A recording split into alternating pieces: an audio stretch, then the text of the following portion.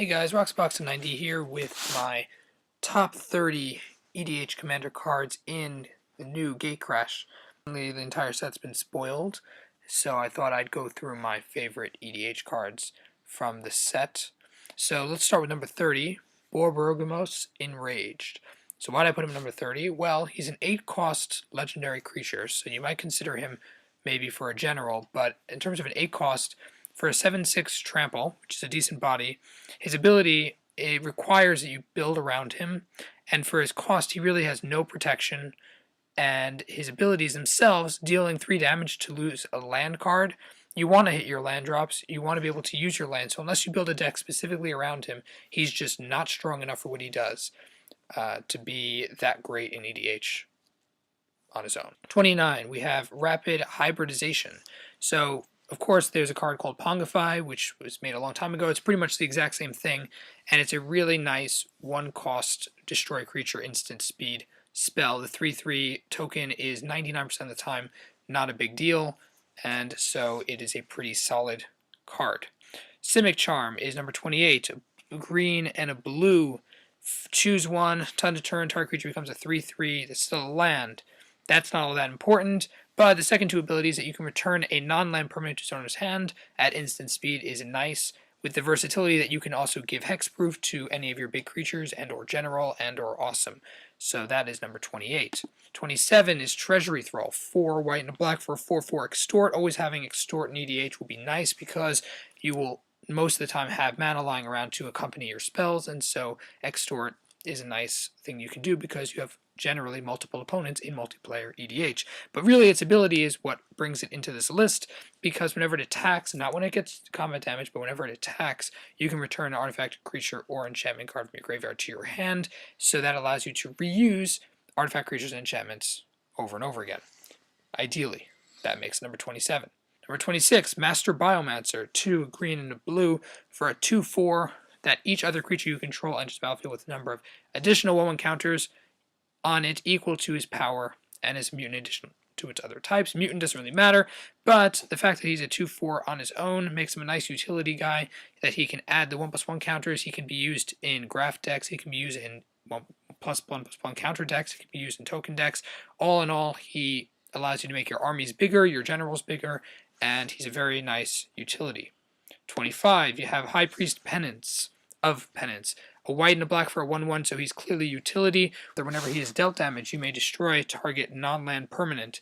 So destroying non-land permanent is a pretty nice effect just for having a 1/1, but this guy is just bleeding with possibilities. You can make him indestructible, do 1 billion damage to him, and level your opponent's field, level all your opponent's fields. There's got to be a way to mess him around, and he's definitely going to be seen doing those sort of crazy shenanigans in EDH. 24, we have Glaring Spotlight, which is the next trying to hate on things in the cycle that Wizard seems to be making, along with Grafdigger's Cage. But what does it do? It's 1 colorless that makes your opponent's creatures that have hexproof don't have hexproof.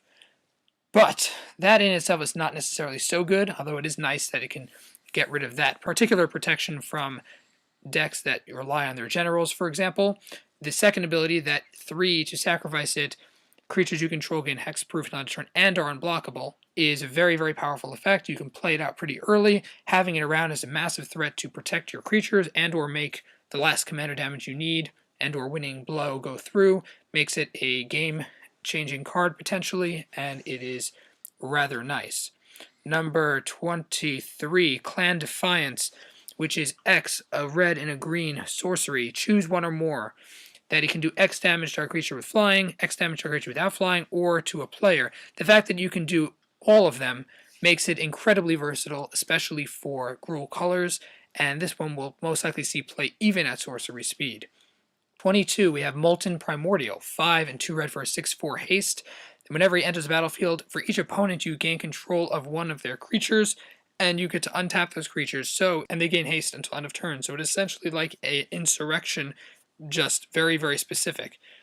Unlike many of the other primordials, it is a very situation-based card. It requires your opponent to have the creatures you want to take, but at the same time, it's a nice beater for 7, and the fact that you can take your opponent's creatures, you can potentially win the game that way, regardless, and so it's on this list at 22. 21, and the last for this video, Abzadat the Ghost Council. So while everyone raves about him in Standard, or them in Standard, in EDH, they will be a rather nice commander to use because of its, I presume, its form of protection, that it blinks out and can flash back in with haste.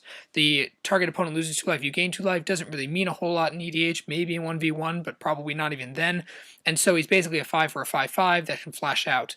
Not necessarily all that good, but as a commander, you can definitely make shenanigans with the flicker effect, and though it's only 2 life and you gaining 2 life, that could potentially become very dangerous if you can use him over and over again, and so I'm sure there will be decks that use him like crazy, whether as their commander or within their own Flicker madness. So that is the first 10, counting from 30 to 21.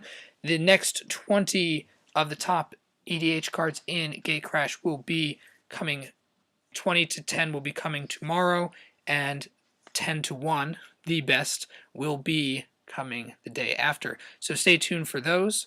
And as always, check out my channel sponsors below in the description. Let me know what you think. And Roxbox90 signing out. I'll see you guys next time.